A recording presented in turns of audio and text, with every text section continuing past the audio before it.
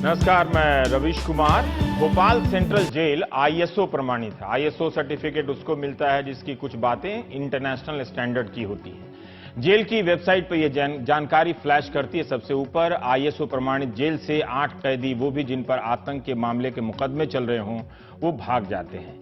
भागने से पहले ये हेड कांस्टेबल रमाशंकर यादव की नुकीली प्लेट्स और चम्मचों से हमला कर उनकी हत्या कर देते हैं। प्लेट और चम्मच से मारने पर मौत हो सकती है, लेकिन इतनी तेजी से तो नहीं हुई होगी जितनी तेजी से गोली और बंदूक से हो जाती है। इन 8 कैदियों ने रमाशंकर यादव को कहीं दबोचा। रमाशंकर के साथ एक गार्ड भी घायल हुआ है।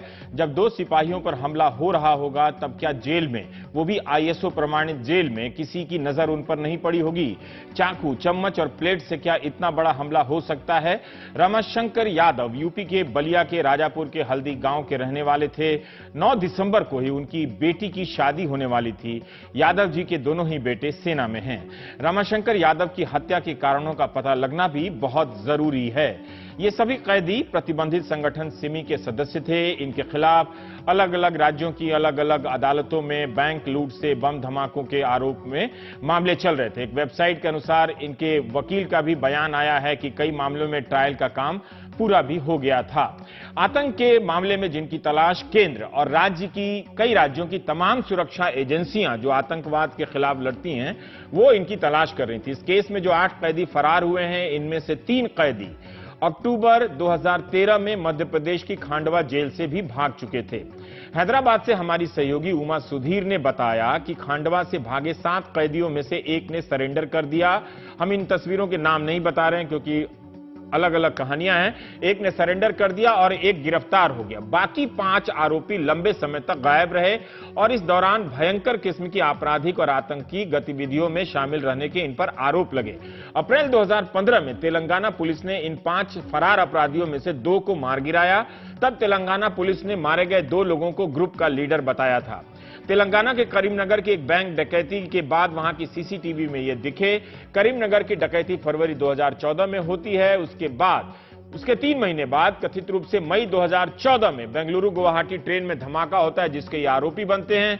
2 महीने बाद 10 जुलाई 2014 में पुणे के फारसखाना में बम धमाका होता है, वहां भी ये आरोपी बनाए जाते हैं। चेन्नई और हरियाणा में भी हुए बम धमाके में कथित रूप से इनका नाम आता है। फरवरी 2016 में तेलंगाना की पुलिस ने इन्हें उड़ीसा के राउरकेला से पकड़ा। जिस घर से पकड़ा वहां 4 लोग थे और इनके साथ एक बूढ़ी महिला भी थी। जाहिर है इनका रिकॉर्ड ऐसा था कि इन्हें भोपाल की सेंट्रल जेल की सामान्य बैरक में नहीं रखा गया होगा। आईजी भोपाल का कहना है कि इन सभी को अलग अलग बैरकों में रखा गया था जो अलग अलग सेक्टर में है। यानी दूरी होगी। सेक्टर का मतलब हम समझ सकते हैं, यहां से बैठे बैठे वहां अंदर तो जाकर देखा नहीं है। 2 सेक्टर में 3-3 लोग थे और एक में 2 थे, माने एक साथ 8 लोग नहीं थे। यह स्पष्ट हो गया। एक सेल में 2, एक सेल में 3 और एक सेल में 3। अगर पुलिस की यह बात सही है कि 3 अलग अलग बैरकों के सेल में बंद ये आतंकवादी एक साथ एक समय दरवाजा तोड़कर कैसे बाहर आ गए, या ये चाबी से खोल कर आए? अलग अलग सेल के दरवाजे तोड़ते वक्त किसी ने नहीं देखा क्या रमाशंकर यादव के पास चाबी थी? अलग अलग जेलों में तैनात अधिकारियों ने नाम न बताए जाने की शर्त पर दूसरे जेलों में बताया कि चाबी प्रहरी के पास नहीं होनी चाहिए, जेलर के पास होती है, वो भी रात के वक्त।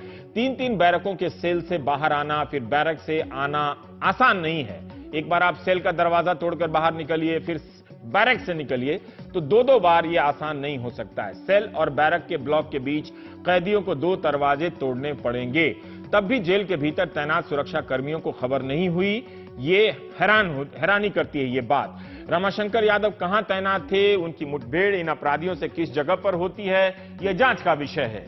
अगर ये बैरक से निकलकर भी भागे तो 16 से 21 फीट ऊंची दीवार होती है सेंट्रल जेल की। क्या सिर्फ चादरों और कंबलों के सहारे वो दीवार फांदी जा सकती है? दूसरी तरफ कौन था जो इन चादरों को पकड़े हुए था? जब ये इनके सहारे दीवार फांद रहे थे, तब जेल की बाहरी दीवार के कोने पर बने वॉच टावर पर जरूर हथियारबंद गार्ड तैनात हो गए। वो क्या कर रहे थे? एक सवाल यह भी है कि सेंट्रल जेल की दीवार पर बिजली की तार लगी होती है। क्या उस वक्त बिजली की तार काम नहीं कर रही थी? यह सूचना इन आतंकी आरोपियों को कैसे थी कि यह बिजली की तार काम नहीं कर रही होगी, या इन्होंने तार काटी तो क्या कोई ऐसा सिस्टम भी नहीं होगा जिससे इन्हें पता चला होगा? ये सब सवाल उठ रहे हैं। तो एक तो इन पर आरोप हैं, वो अदालतों में चल रहे हैं, एक इनके जेल से भागने की घटना है, उस पर सवाल उठ रहे हैं। और एक सवाल इसलिए भी जरूरी है कि रमाशंकर यादव, जिनकी बेटी की शादी होने वाली है 9 दिसंबर को, उनकी हत्या की गई जेल के भीतर। तो ये कैसे मुमकिन हो गया? क्या बाकी सुरक्षा कर्मियों ने नहीं देखे? मध्य प्रदेश सरकार ने जेल अधीक्षक, डीआईजी जेल, एडीजी जेल को सस्पेंड कर दिया। पूर्व पुलिस प्रमुख को जांच में लगा दिया है। एनआईए भी इस मामले की जांच करने वाली है।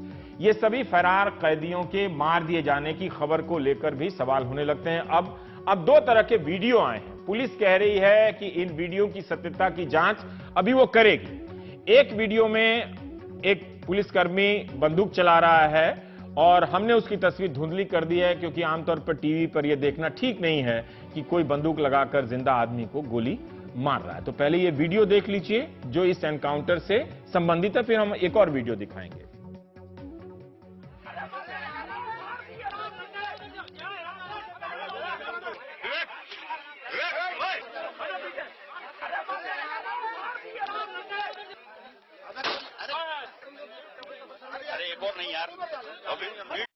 तो आपने देखा कि कह रहे हैं कि जैसे ही एक गोली चलने के बाद पुलिसकर्मी इनकार भी कर देता है कि वीडियो रिकॉर्डिंग हो रही है, अब गोली नहीं चलाएंगे।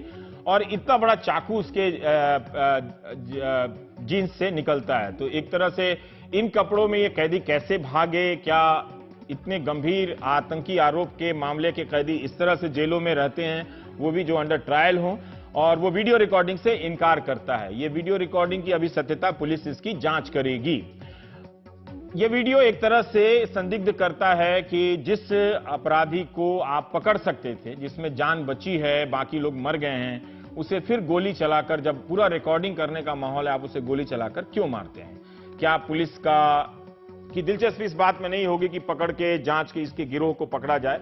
और एक दूसरा वीडियो भी है, उसकी आवाज को हम सुनाना चाहते हैं, फिर हम इस पर बात करेंगे। कंट्रोल, ये 5 आदमी हमसे बातचीत कर रहे हैं। 3 आदमी वहां पीछे से खिसकने की फिराक में है। चारों तरफ से घिरवा दो, चारों तरफ से घिरवा दो।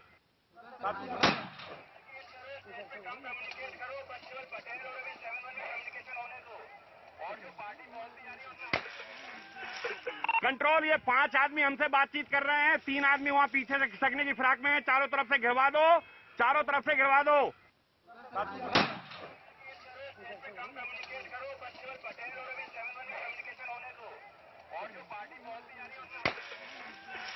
कंट्रोल, ये 5 आदमी हमसे बातचीत कर रहे हैं। 3 आदमी वहां पीछे से खिसकने की फिराक में है। चारों तरफ से घिरवा दो, चारों तरफ से घिरवा दो।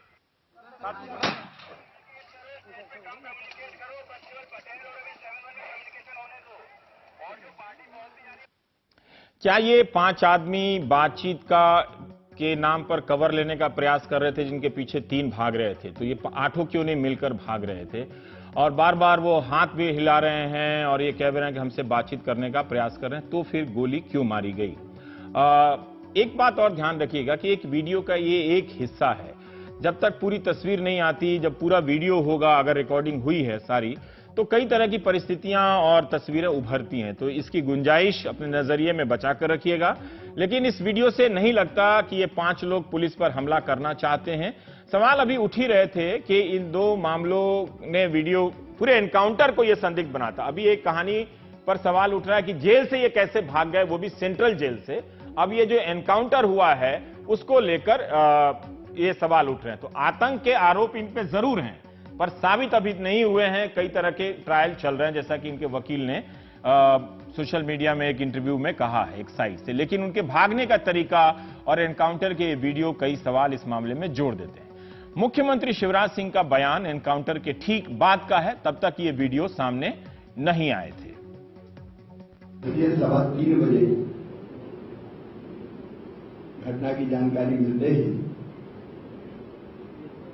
पुलिस की हमारी टीम सक्रिय हुई और प्रदेश की पुलिस ने तत्परता दिखाते हुए जनता के सहयोग से, मैं जनता को भी हृदय से बधाई देना चाहूंगा कि लोगों से जो सूचना मिली, उस सूचना के आधार पर लोकेशन मिली और हमारी पुलिस उन तक पहुंच गई और बाद में मुठभेड़ में भी मारे गए। आपको एक और जानकारी बता दें कि हाल ही में सुप्रीम कोर्ट ने जस्टिस संतोष हेगड़े के नेतृत्व में एक कमेटी बनाई थी मणिपुर में हुए एनकाउंटर से संबंधित, और तब सुप्रीम कोर्ट ने ये दलील दी गई थी कि सुरक्षा कर्मियों को एक विशिष्ट परिस्थिति में इन मामलों में सामना करना पड़ता है, तो इसलिए एनकाउंटर के पक्ष में ये दलील दी गई थी। लेकिन सुप्रीम कोर्ट ने पाया और संतोष हेगड़े की कमेटी ने भी पाया, सुप्रीम कोर्ट ने भी माना कि 6 के 6 एनकाउंटर फेक थे, फर्जी थे।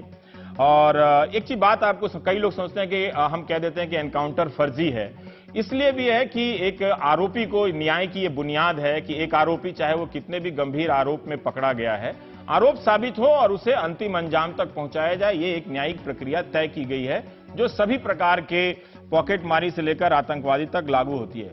एनकाउंटर फर्जी कहने का यह मतलब नहीं है कि आप किसी आतंकवादी को कथित रूप से उसे छूट दे रहे हैं या उसका महिमा मंडन कर रहे हैं, ये नहीं, बल्कि आप ये बात कह रहे हैं कि क्या कानून की प्रक्रियाओं का पालन हुआ है। हमारे साथ तब सुप्रीम कोर्ट ने कहा था कि सुप्रीम कोर्ट ने अटॉर्नी जनरल की इस बात को रिजेक्ट कर दिया था और कहा था कि हर हाल में कानून की प्रक्रियाओं का पालन होना चाहिए। हमारे साथ गृह मंत्री भूपेंद्र सिंह हैं मध्य प्रदेश के, जिनके सुबह के एक बयान को लेकर काफी प्रतिक्रिया आई थी, जिसमें उन्होंने कहा था कि चाकू और थाली प्लेट्स के जरिए इन लोगों ने हमला किया और रमाशंकर यादव की हत्या की। पहला सवाल भूपेंद्र सिंह जी, मैं यही जानना चाहता हूं आपसे कि ये एनकाउंटर के जो वीडियो हैं वो अलग अलग सवाल बता रहे हैं, अलग अलग सवाल इनसे खड़े होते हैं। देखिए रवि जी, ये जो 8 आतंकवादी है, ये 8 के 8 आतंकवादी में से 3 आतंकवादी ऐसे थे कि जो खंडवा जेल से पहले फरार हुए थे और वहां पर भी उस समय भी उन्होंने एक आरक्षक का मर्डर किया था, सीताराम यादव का, और उसके बाद फिर वो वहां से फरार होने के बाद उड़ीसा में उनको। सर, ये मैंने अपने दर्शकों को जानकारी दी है, बताया है। मैं ये जानना चाह रहा था कि एक दो बातें हैं कि एक जेल के 8 आतंकवादी आप कह रहे हैं, हाँ, अंडर ट्रायल आप नहीं कह रहे हैं, आप आतंकवादी कह रहे हैं, मैं मान लेता हूं आप कह रहे हैं तो, लेकिन जेल के भीतर इन्हें जरूर एक अति विशिष्ट सेल में रखा गया होगा। अगर आपके लिहाज से आतंकवादी हैं तो जरूर ये विशेष प्रबंधन में रखे गए होंगे।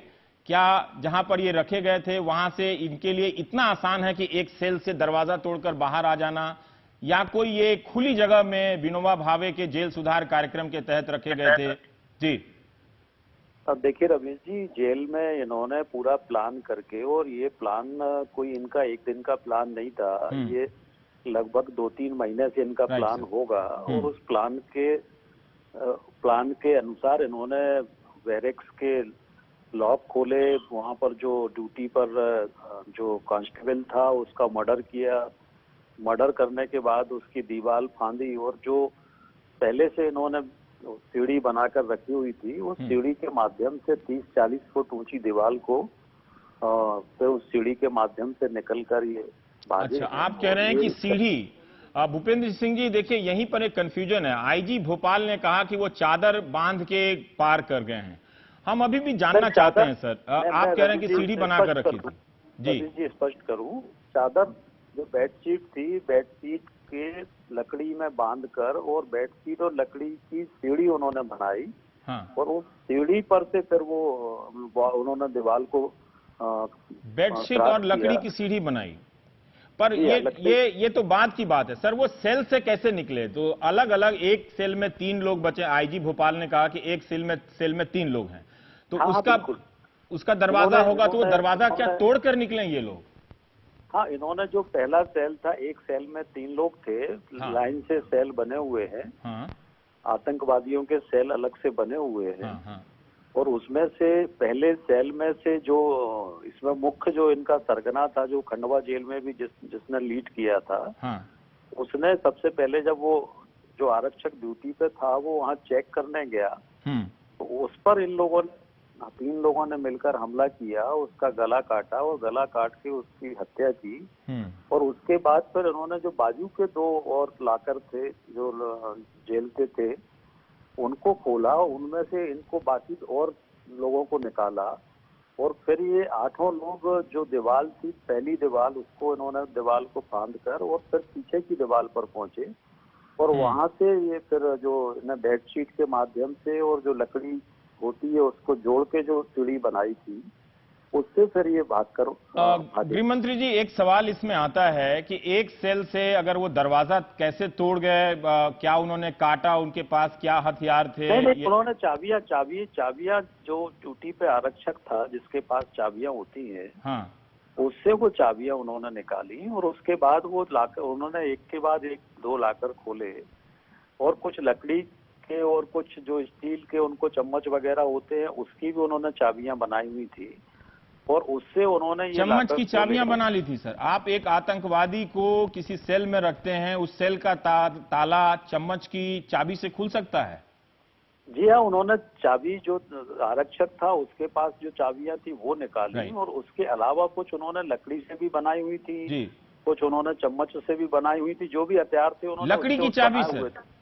लकड़ी की चाबी, मैंने अब घटना के काफी देर हो चुके हैं गृह मंत्री जी, अगर आप सुबह बोल रहे होते तो ये बात सही भी लगती, लेकिन लकड़ी की चाबी से आतंक सेंट्रल जेल के सेल का ताला खुल सकता है? देखिए, मैं यहाँ से कह रहा हूँ, वहाँ पर जो सामान पड़ा हुआ मिला है उसमें लकड़ी की चाबियां भी है। जो गार्ड ड्यूटी पे था उसके जेब में जो चाबी थी वो निकाल के उन्होंने लाकर खोले हैं और ये कुल मिला के एक इनकी बहुत लंबे समय से प्लानिंग थी। और सर, प्लानिंग भूपेंद्र सिंह जी, मैं तो घटनास्थल पर नहीं हूं और उम्मीद करता हूं कि मामले की संवेदनशीलता को देखते हुए आप जरूर गए होंगे क्योंकि आप एक तत्पर राजनेता हैं, पर फिर भी सर 2-3 बातें मुझे अभी भी एक तरह से पूछने का मन कर रहा है कि क्या आतंकवादियों के सेल में सिपाही जो वहां होता है वो जेब में चाबी लेकर चलता है कि एक लॉकर से तोड़ के निकला, फिर दूसरे के पास गया, उससे चाबी लिया, फिर खोल लिया, फिर तीसरे के पास गया, उससे चाबी लिया, खोल लिया? सर नहीं, ये जो ड्यूटी पे गार्ड रहते हैं ये नाइट में इनकी ड्यूटी चेंज होती है और ये जाके बंदियों को चेक करते हैं कि बंदी जो है वो बैरक के अंदर है कि नहीं है। हाँ। और वो जो बंदी रहते हैं जो चेक करते हैं तो उनके पास चाबियां रहती है उस बैरक की और वो जाके उसको चेक करते हैं कि ये बंदी पूरे वहां पर है कि नहीं है। और उसका मर्डर किया उन्होंने और मर्डर करके फिर उसके बाद वहां से 2 बैरक में से और बाकी लोगों को निकाला और निकाल के फिर ये भागे। ये सवाल मैंने इसलिए भी पूछा कि मैं एक रिटायर्ड जेल अधिकारी से बात कर रहा था, सेंट्रल जेल में रह चुके हैं। उनका कहना है कि जब ड्यूटी चेंज होती है तो लकड़ी या किसी और अन्य चीजों से वो दरवाजों पे खड़खड़ाते हुए चलता है, मैंने खोल के चेक नहीं करता उसको देख के। तो खैर मैं नहीं जानता, आप अंदर हैं। पर एक और सवाल है कि इन घटनाओं का कोई जेल में सीसीटीवी होगा उस वक्त जिसमें एक जवान की हत्या की है इन लोगों ने, 8 लोगों ने, क्या उस वक्त जेल में इतने सुरक्षाकर्मी नहीं थे कि ये भागते रहे, हत्या भी की, कोई अलार्म सिस्टम नहीं बजा? सर देखिए रवीश जी, जो आतंकवादियों का पूरा अलग सेल बना हुआ है उसमें सीसीटीवी कैमरे भी लगे हुए हैं और वो सारा इंक्वायरी जो है वो इंक्वायरी में सारे और बाकी फैक्ट सामने आएंगे। उसमें जो कैमरे थे वो कैमरे काम कर रहे थे कि नहीं कर रहे थे तो क्या घटना हुई है, ये पूरा इसकी इंक्वायरी स्टेट गवर्नमेंट ने की है और वो पूरे फैक्ट सामने आएंगे। अभी तो जो शुरुआती जानकारी हम लोगों को मिली थी, शुरुआती जानकारी के आधार पर आपको ये सारी जानकारी मैं दे रहा हूँ और ये इस तरह से गंभीर किस्म के अपराधी थे और ये नहीं, वो बिल्कुल इनका रिकॉर्ड देख रहा था उसमें आप ठीक कह रहे हैं कि तभी अलग अलग राज्यों की जांच एजेंसियां इनका पीछा कर रही थी और मामले चल रहे थे। पर सर एक बार और मैं चाहूंगा कि आप स्पष्ट करें कि इससे पहले कि हम वीडियो के सवाल पर आए कि वाकई में लकड़ी और चम्मच से इन्होंने एक ऐसे सेल की चाबी बना दी जिसमें आतंकवादी रहते हैं? निश्चित रूप से चाबी बनाई कि नहीं बनाई ये एकदम हम लोग नहीं कह सकते हैं, पर जो गला जो रहता है उसका जो नहीं, अभी आप कह रहे थे कि लकड़ी की चाबी से वो खोलकर बाहर आ गए, चम्मच को चाबी बनाकर खोलकर बाहर आ गए। नहीं, चम्मच को बनाकर खोला कि वो जो कांस्टेबल था उसके माध्यम से खोला कि उसके पास जो चाबी थी उससे खोला, क्योंकि लॉक सब खुले हुए मिले हैं कि जेल का कोई व्यक्ति मिला हुआ था उसने खोला। ये तो जांच में सारा स्पष्ट होगा। और भी तो भाग सकते थे सर, अगर इतना आसान मौका था तो उस वक्त 8 लोग भाग रहे हैं जेल से, भूपेंद्र सिंह जी, देखिए कंफ्यूजन ना हो जाए, लेकिन मैं नहीं चाहता कि मैं आपका लाभ उठाऊं। मैं फिर से मौका देना चाहता हूं, क्योंकि शुरू के हिस्से में आपने ये कहा था कि जो पहले लोग 3 भागते हैं एक सेल से, वो चम्मच और लकड़ी की चाबी से खोलकर निकलते हैं, बाद में सिपाहियों की जेब से चाबी छीन लेते हैं। अभी आप कह रहे हैं कि चाबी थी या नहीं थी, कैसे भागे, ये स्पष्ट रूप से नहीं कहा जा सकता। तो एक ही जो जानकारी हम लोगों के पास है वो मैं आपको शेयर कर रहा हूँ। इसमें कहीं भी कोई हम लोगों की तरफ से, सरकार की तरफ से कोई जानकारी कहीं छुपाने का या कुछ वो कोई कारण नहीं है। जो घटनाक्रम हुआ है उसके और डिटेल फैक्ट्स हम लोगों के पास आएंगे।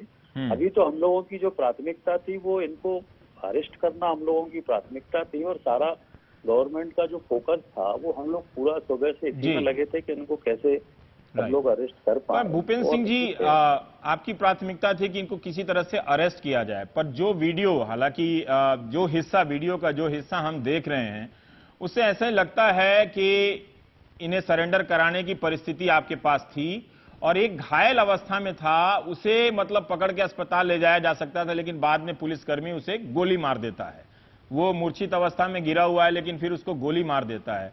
आप तमाम अदालतों के फैसले को जानते हैं, जिसमें अदालत ने इस हद तक कहा है कि अपराधी के पास हथियार भी है, तब भी एनकाउंटर को आप जस्टिफाई इतनी आसानी से नहीं कर सकते हैं। तो ये क्यों नहीं किया सर?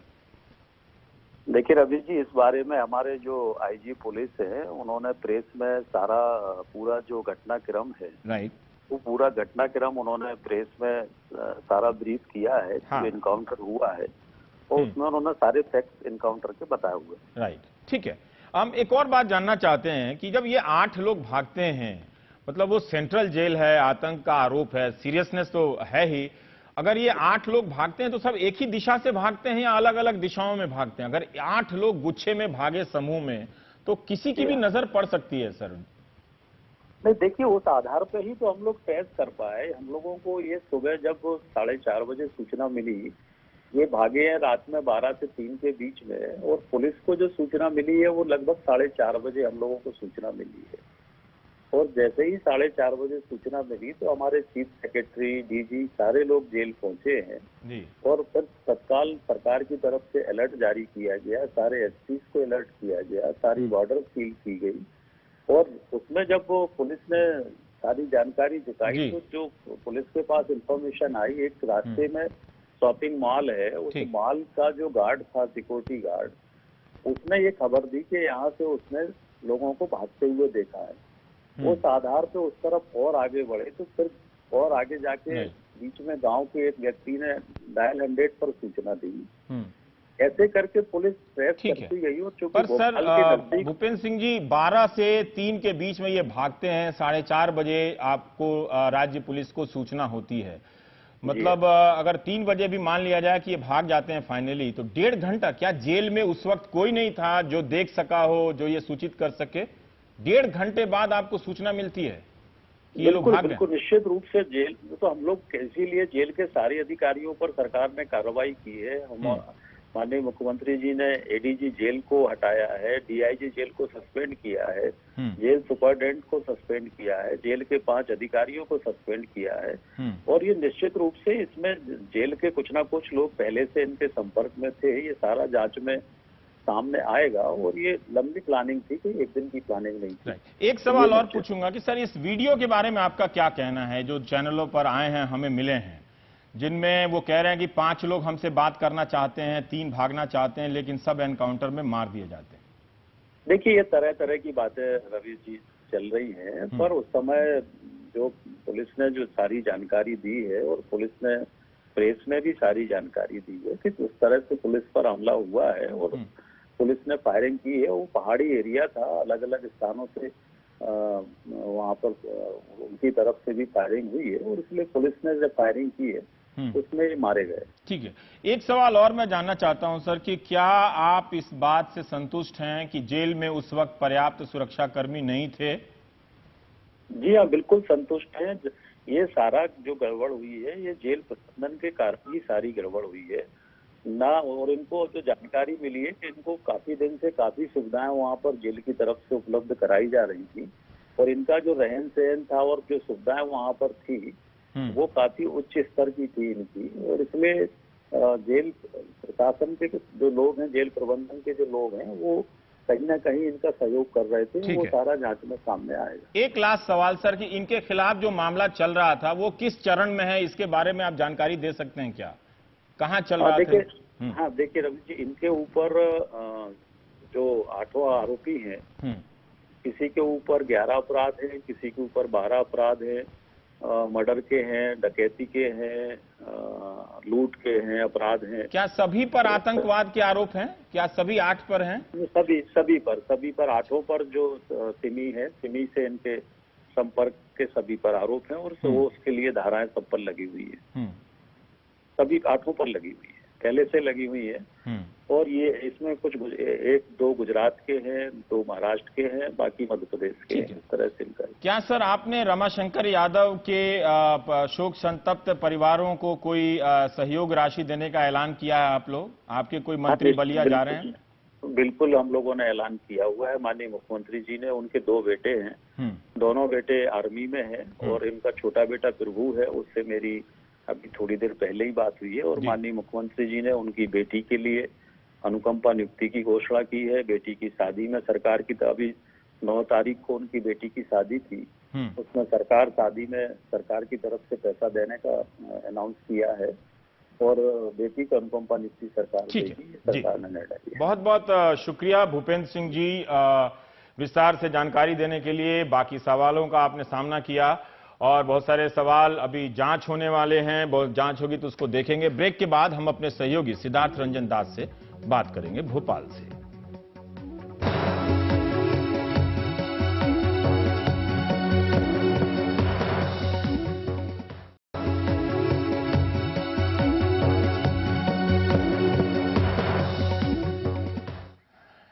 इस बीच रिहाई मंच ने प्रेस रिलीज जारी की है कि भोपाल के जो 8 कैदियों का एनकाउंटर नहीं हुआ, बल्कि उन्हें ठंडे दिमाग से सरकार ने हत्या करवाई। कोल्ड ब्लडेड मर्डर बीजेपी से रिजेक्ट करती है। बीजेपी का कहना है कि कुछ लोग आतंकवादियों का पक्ष ले रहे हैं, इस मामले का राजनीतिकरण नहीं होना चाहिए।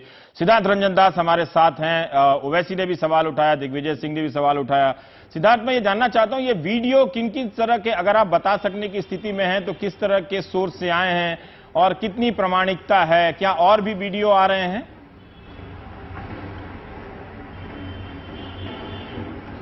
जी, ये 3 वीडियो जो आए हैं, इसमें जो कथित तौर पे जो हमें जानकारी मिल रही है, जो गांव वाले थे जो वहां आसपास थे, उनके द्वारा लिया गया है। हालांकि वीडियो की ऑथेंटिसिटी एनडीटीवी इंडिपेंडेंटली वेरीफाई नहीं कर सकता है, लेकिन जो हमारी टीम थी वहां पे, जो ज्योग्राफी था, जो लोग थे जो मारे गए सिमी के, वो सब काफी मिलता जुलता है। इन्फॉर्मेशन हमने भी बहुत गौर से सुना है भेजने से पहले, तो उसमें भी जो बातचीत हो रही है उसे काफी कुछ क्लियर है कि ये इसी बारे में हो रही है। और कथित तौर पे ये जो वीडियो है, ये गांव वालों ने ही शूट की है वहां पे, और उनको सोशल मीडिया पे यानी कि व्हाट्सएप पे उन्होंने वायरल किया है। रवि जी, इसमें 2-3 बातें मैं थोड़ा इंडिकेट करना चाहूंगा जिसपे अभी तक जवाब नहीं आए हैं राज्य सरकार के या होम मिनिस्ट्री के।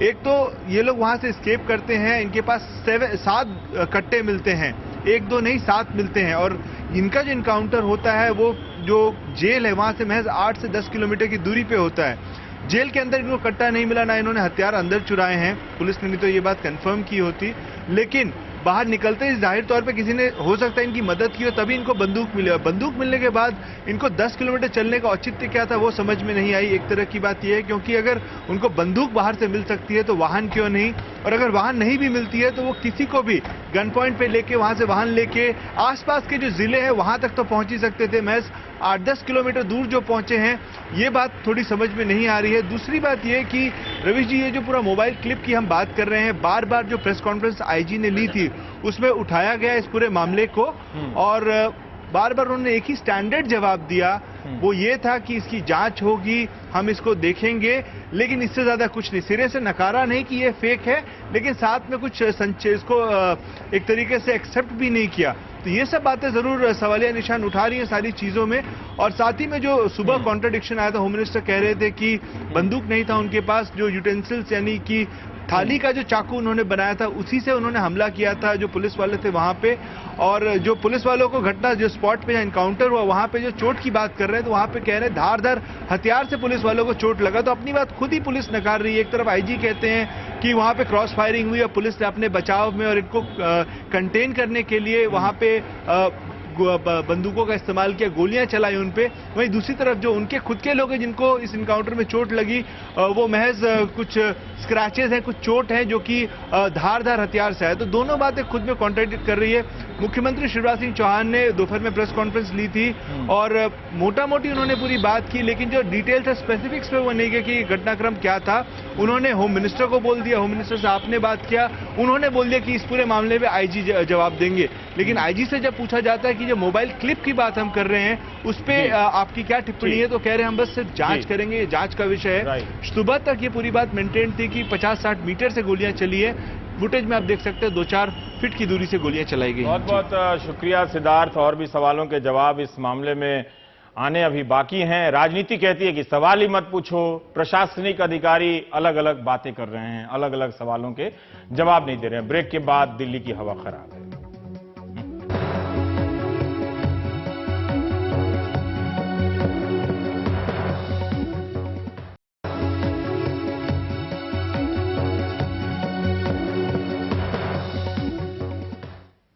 दिल्ली में हवा की हालत ऐसी नहीं है कि इसमें हम सांस ले सकें। ऐसी भी बात नहीं है कि आज की रात पहली बार किसी ने हमें जगाकर ये बात बताई हो। सवाल यही है कि हमारे जानने से क्या हो जाता है। जैसे हम इसी साल जनवरी से लेकर अक्टूबर तक जानते रहे कि दिल्ली की हवा में सांस लेना मुश्किल होता जा रहा है। आधी अधूरी योजनाओं को आजमाते रहे, लेकिन सब कुछ उसी रफ्तार से चलता भी रहा। ऐसा नहीं है कि सिर्फ इसी साल, बल्कि पिछले साल, पिछले कई वर्षों से दिल्ली की हवा की खराबी का मसला उठ रहा है, मगर हो कुछ नहीं रहा। बस यही हुआ है कि हवा में PM 2.5 की सुरक्षित सीमा होती है 60 माइक्रोग्राम प्रति क्यूबिक मीटर। 2015 की दिवाली की रात PM 2.5 का स्तर सामान्य से 6 गुना अधिक था। 2016 की दिवाली की रात PM 2.5 का स्तर सामान्य से 8 गुना ज्यादा हो गया। यानी पिछली दिवाली में हमारी हवा सामान्य से 6 गुना ज्यादा खराब थी। इस दिवाली की उपलब्धि है कि ये 14 गुना ज्यादा खराब हुई है। ये तब हुआ है जब हम इस धारणा को सही मानने लगे कि लोग पहले की तुलना में कम पटाखे छोड़ रहे हैं। अगर ऐसा है तो 2 दिवाली के बीच दिल्ली की हवा 8 गुना और अधिक कैसे खराब हो गई। यह सही नहीं है कि दिल्ली की हवा सिर्फ दिवाली की रात छोड़े गए पटाखों के कारण खराब होती है।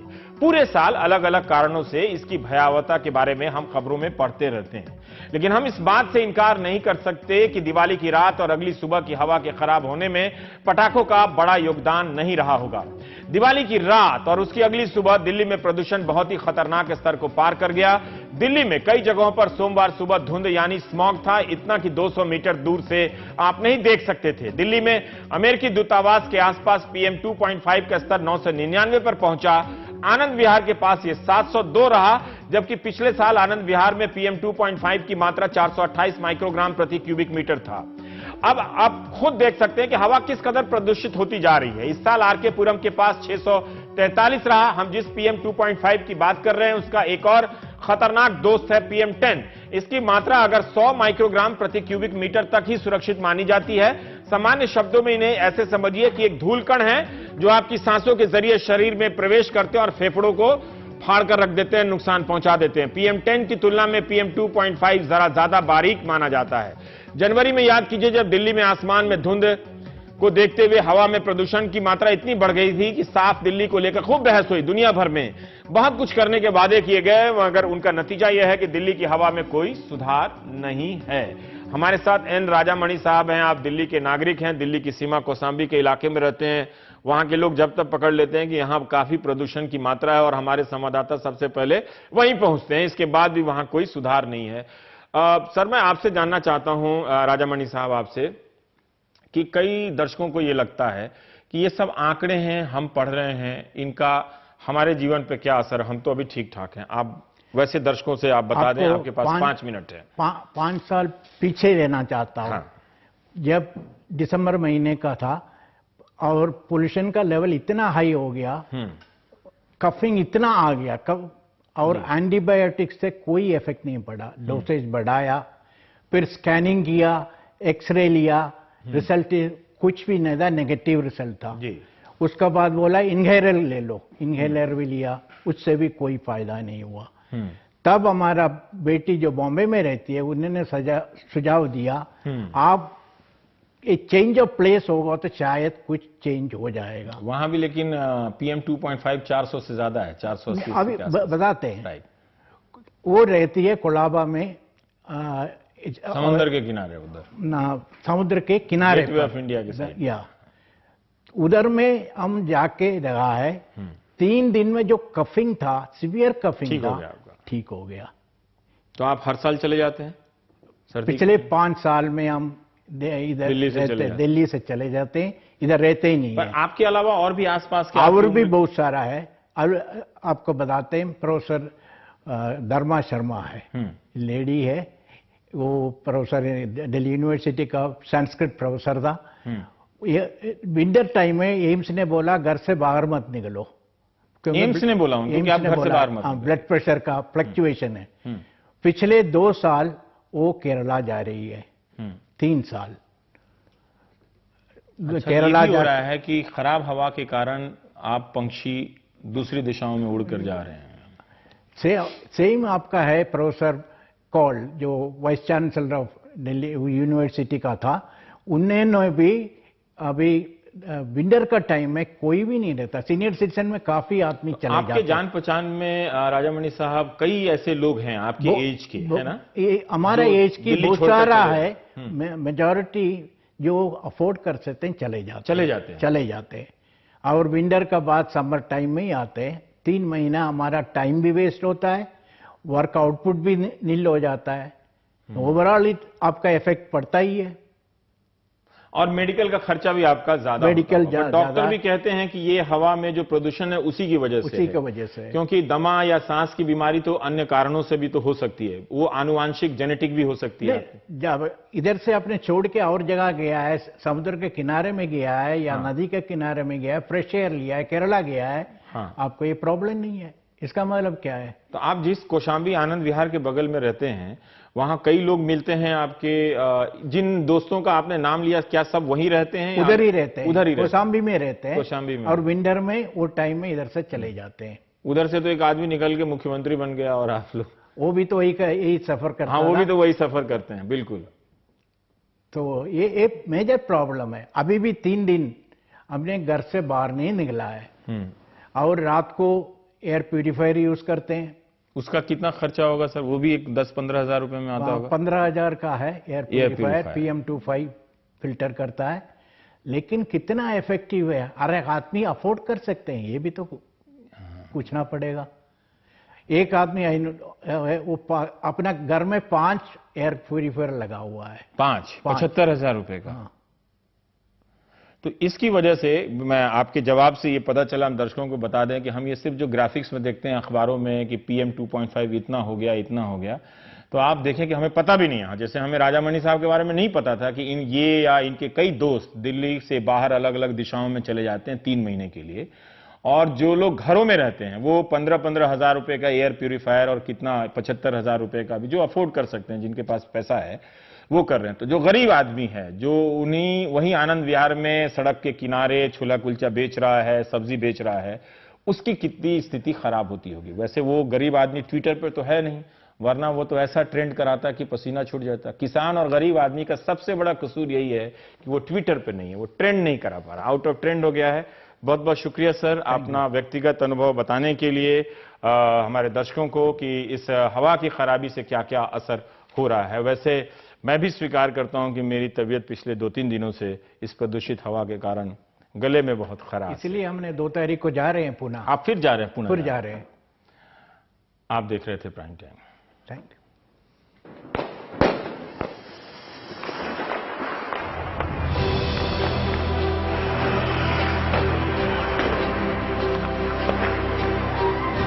दिवाली की रात जो प्रदूषण की मात्रा जो बढ़ी वो काफी भयानक स्तर पर चला गया था और हमारे एयर क्वालिटी इंडेक्स के अनुसार, जिसको हम सबसे खराब मानते हैं, जो सीवियर कैटेगरी है, प्रदूषण वहां तक पहुंच गया था। हर साल इस समस्या से जूझते हैं, लेकिन इसका कोई उपाय जो है न सरकार ढूंढती है न लोग ढूंढते हैं।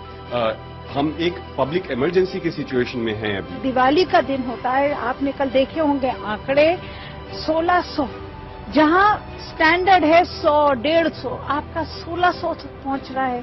ये तो एक रिकॉर्ड लेवल है, पूरी दुनिया के लिए रिकॉर्ड आप तोड़ रहे हैं प्रदूषण का। मैं दिल्ली की जनता का धन्यवाद देना चाहूंगा। लास्ट ईयर के मुकाबले में बम पटाखे और आतिशबाजी थोड़ा कम रही है, उसके लिए तो थोड़ा धन्यवाद देना चाहेंगे। लॉ ही बनना चाहिए, ये तभी कुछ सुधार हो सकते जब लॉ ही बन जाएगा कि क्रैकर्स ही नहीं एक तो मैन्युफैक्चर होने चाहिए, जब मैन्युफैक्चरिंग नहीं होगी कोई लेगा नहीं और कोई फोड़ेगा नहीं। हम लोग जानते हैं कि पटाखे लगाने से प्रदूषण होता है, कूड़ा भी होता है, मगर एक सदियों से जो परंपरा चली आ रही है उसको हम लोग मनाते रहते हैं। पोल्यूशन होता है, बहुत ज्यादा होता है, लेकिन क्या करें, त्योहार तो मनाना ही है, बस चाइना आइटम से दूर।